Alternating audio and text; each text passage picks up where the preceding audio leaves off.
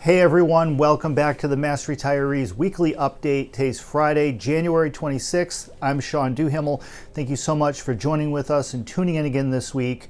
Now, it is always a pleasure to be able to bring good news to our members. If you recall, in last week's message, we let everyone know that the States Group Insurance Commission has opted not to increase co-payments and deductibles for the coming fiscal year, which is FY25. This was fantastic news. It also represents the sixth consecutive year where co-payments and deductibles have remained the same under the state plan. Again, fantastic news. Now, what makes this even better is that this week, once again, I get to bring further good news to our members on two different fronts. First and foremost, Governor Healy this week filed her FY25 state budget proposal. Contained within that proposal is Section 90 of the outside sections. Section 90 is the creation of a special commission on the state and teacher COLA base. This is something that if you've been reading our newsletter or watching these videos over the past 6 to 8 months, you've heard us talk about quite a bit. We asked Governor Healy to support this. This is an issue that we discussed with her well before she ran for governor. It's something that we believe the governor wholeheartedly supports. And it was proof positive this past Wednesday when she unveiled her budget proposal, and lo and behold, Section 90 was contained. Section 90 creates a special commission, as I said, on the state and teacher COLA base, also on the creation of a potential senior COLA for state and teacher retirees. Now, the COLA Commission, as we are referring to it, also includes Mass Retirees as one of the organizations listed in the bill as having a seat at the table. We are extremely grateful to the governor for taking the initiative to following through on a very important request that we made of her to establish this important commission. Now, why this is so important is quite simple. As all of you know, if you've been following the situation with the COLA, it has become harder and harder to increase the COLA base, particularly at the state level. The cost of increasing the benefit has become pretty prohibitive. One of the reasons why it has become so costly and so difficult to increase the COLA base is that the Commonwealth, and when I say the Commonwealth, I mean the state and teacher systems, because the funding of these two different retirement systems is really included within the state budget under one appropriation. The unfunded liability is paid down together, even though it's two separate systems. The reason for that is that the state itself is responsible both for the state retirement system as well as the teachers' retirement system. The City of Boston teachers are members of the Boston retirement system, but all other teachers across Massachusetts participate in the state teacher retirement system, which again is the responsibility of the state government to fund and to operate. So that's why these are lobbed together or linked together. At the local level, we have 102 local retirement systems, which range from systems like the City of Boston to the various county or regional systems, all the way down to some of the mid-sized towns that have their own retirement system. At the local level, by and large, the current COLA law is working well. And we have a number of municipal systems just recently who have surpassed the $20,000 mark in terms of their local COLA base. But because of the sheer size and the finances and the money and everything that's involved in the state and teacher systems, those costs are huge. And just to sort of recap what I mean by that, and you've heard me talk about this before, you've heard Frank Valeri talk about it, we've published it in our newsletter, but for every $1,000 increase in the COLA base for state and teacher retirees, the cost to the state budget is approximately $50 million a year per thousand. In terms of unfunded liability, because every time you create a new benefit or an improved benefit that we weren't anticipating before, that creates what's known as an unfunded liability. It's an unanticipated expense that's added to the balance sheet. So for every $1,000 increase in the state and teacher base, that it adds about $500 million in new unfunded liability to the Commonwealth's pension balance sheet.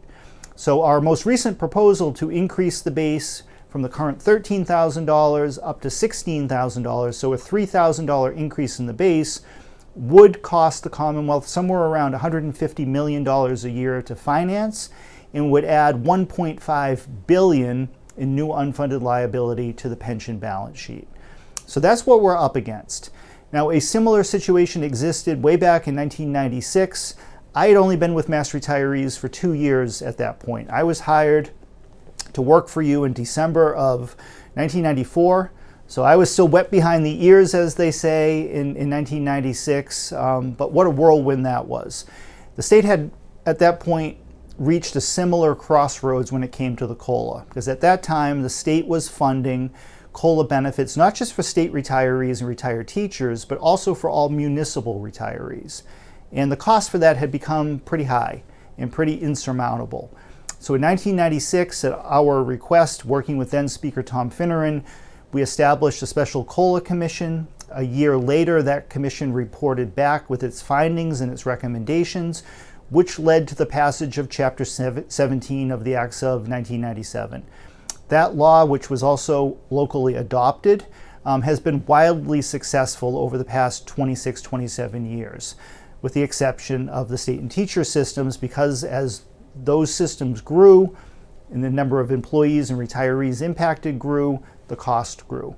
The other factor that goes into why this is so expensive is the fact that the state and teacher systems at this point in time are scheduled to be fully funded by 2036. Now, that is only 12 years from now. 2036 is right around the corner, and the way that pension funding, just to simplify it for all of you, but the way that it works is more or less along the lines as the way your home mortgage or home equity loan would work. So if you borrow money, you borrow it for a certain period of time that you're paying off that debt. Well, the shorter amount of time that you have to pay off the debt, the larger your monthly payments are going to be. So if you take a 15-year mortgage versus a 30-year mortgage, the monthly payments on a 15-year mortgage will be a lot higher than they otherwise would be under a 30-year mortgage. However, you're also saving a lot of money when it comes to interest, but the trade-off is the larger payments. Similar circumstance exists with pension funding. With only 12 years to go with the current pension funding schedule, any new additional benefits that are added to that have to be paid off in that short period of time become more expensive. So one of the things that we're hoping that the COLA Commission is going to take a close look at is what are some alternative funding methods or strategies that we can implement here in Massachusetts, potentially to stretch out those COLA payments for a longer period of time, or perhaps utilize the savings that will be generated 12 years from now to pay off whatever COLA debt may exist when that day finally arrives. And these are good problems to have, but they're problems nonetheless that need to be addressed.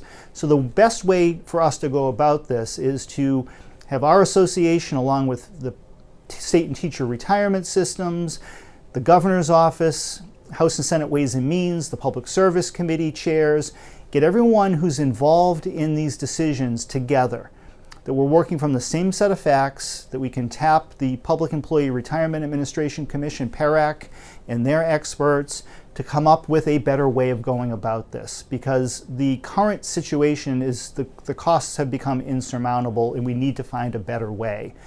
Everyone agrees that we need to find a way to improve these benefits. We need to find a way to address the situation where long-term retirees are falling further and further behind, and that's where the whole notion of a senior COLA comes from. But we need a plan in order to get there.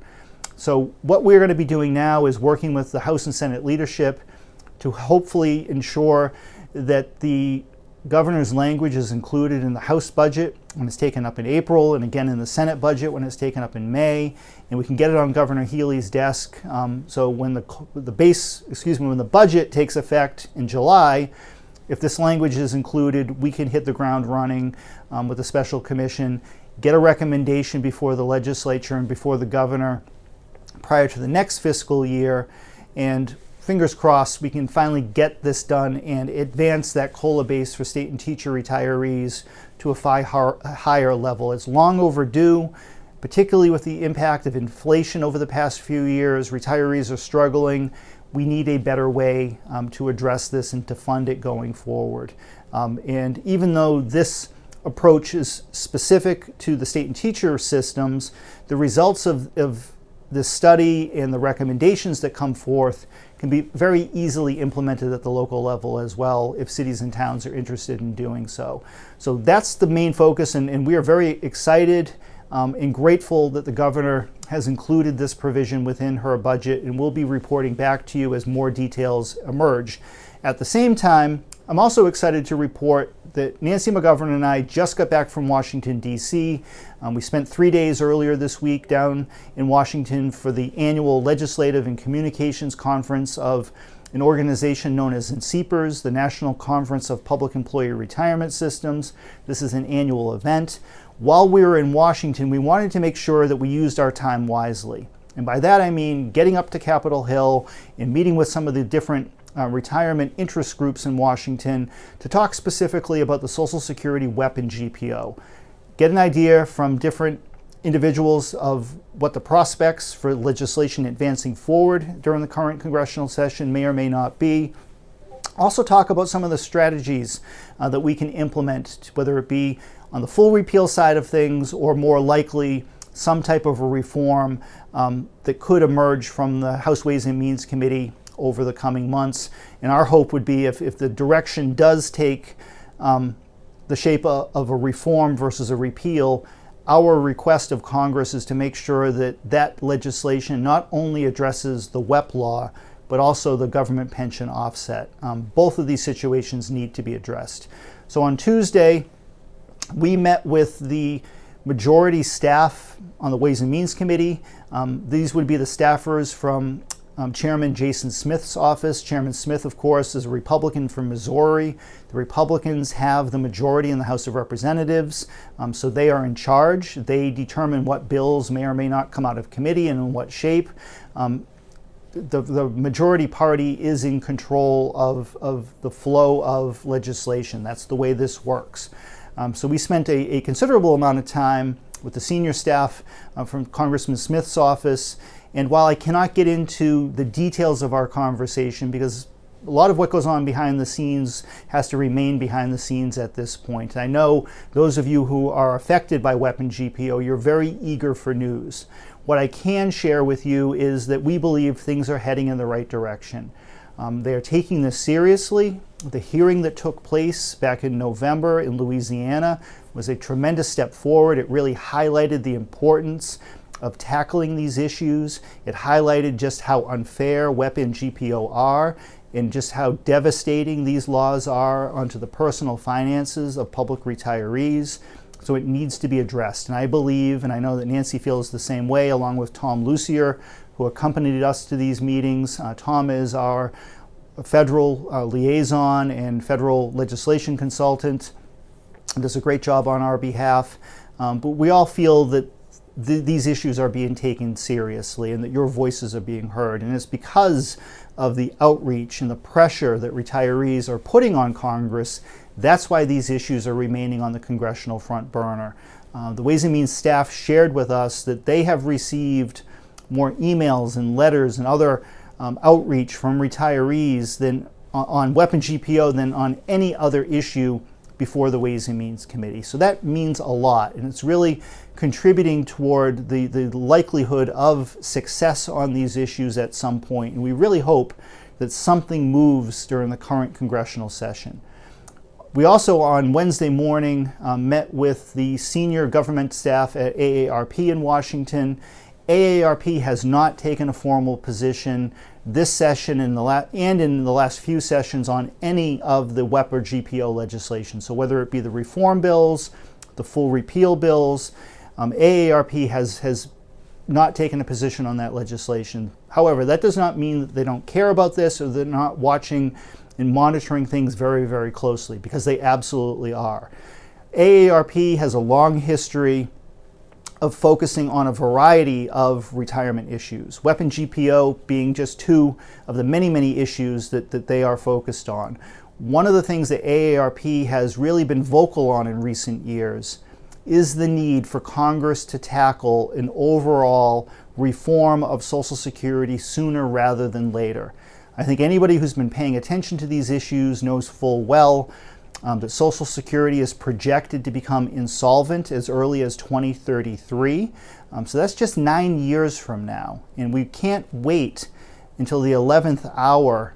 If Social Security is on the verge of insolvency, that is not a good situation for anyone, but in particular retirees who depend on Social Security benefits for a large portion of their retirement income. So first and foremost, AARP is advocating that Congress and the White House take up these issues sooner rather than later. That's a position that Mass Retirees certainly supports, and we look forward to working closely with AARP and other retirement-focused organizations on addressing those bills. We also agree with AARP and other organizations that the likelihood of including weapon GPO repeal or reform is a lot higher if it's part of a larger bill. Passing a standalone weapon GPO bill is going to be difficult, and that's why we're still talking about this after 40 years. But it is even going to be more difficult in terms of full repeal if we're trying to move a standalone bill. The estimated cost of full repeal is somewhere in the realm of $180 billion over 10 years. That is a tremendous amount of money. Those funds have to come out of the Social Security Trust Fund. It cannot be, the general fund is not going to be tapped for that. So anything that happens in the realm of Social Security has to take place within the parameters of the Social Security system and utilizing the trust fund. That's why when we talk about including this as part of a larger reform bill, it makes it much more likely to actually take place. But we are going to push for any opportunity, hopefully sooner rather than later, to bring some relief to all of you. Now, the other thing that is very clear in this whole process, and we've been talking about this a lot, is the reality that in order to pass a bill through the U.S. Senate, we need 60 votes.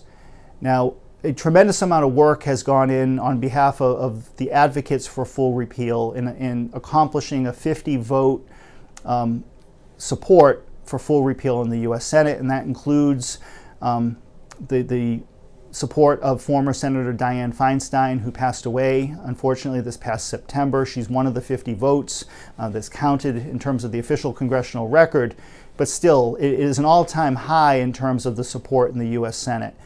But we're not quite there yet. We need at least 60 votes to clear the legal hurdle that's in place that's required for any Social Security legislation to move through the Senate.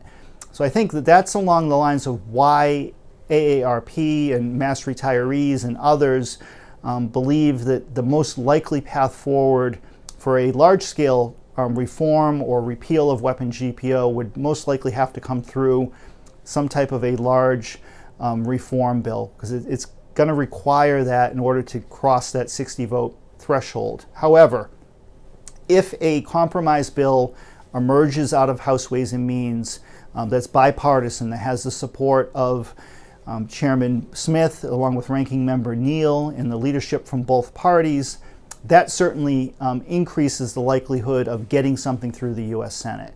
But we're very optimistic. We came away from these meetings really believing that the work is going into trying to find a solution to all of this, but it's because of the pressure that everybody collectively, our association, our friends in Texas, the online organizations that are pushing so hard for full repeal, all of the work that our members have put into this over the years, is these collective efforts that have gotten us to the point that we're at now. And I know it's frustrating. I know just how difficult the situation has been on our membership, and that's why we're staying at the table and we're doing everything we can to move this forward. But we are optimistic that something's going to happen. Now, the most likely step in Congress probably will be another public hearing. This time it will be focused on the potential solutions to weapon GPO. That hearing, if it does occur, will most likely happen in Washington, D.C. on Capitol Hill. And the time frame is probably late winter to mid-spring, if I had to guess. But who knows? I don't make these decisions, unfortunately. If I did, this would have been resolved a long time ago. But in all seriousness, we're going to keep the pressure on. We're going to keep you informed. But we're encouraged by the progress being made, and we're even more encouraged by what's happening here in Massachusetts and the progress we're making on improving the COLA benefits. But with that, I'm going to sign off this week. We will be back to you next Friday. I will be joined by a special guest. And until then, take care, everybody, and thank you very much for tuning in and being a member of our association. Bye-bye.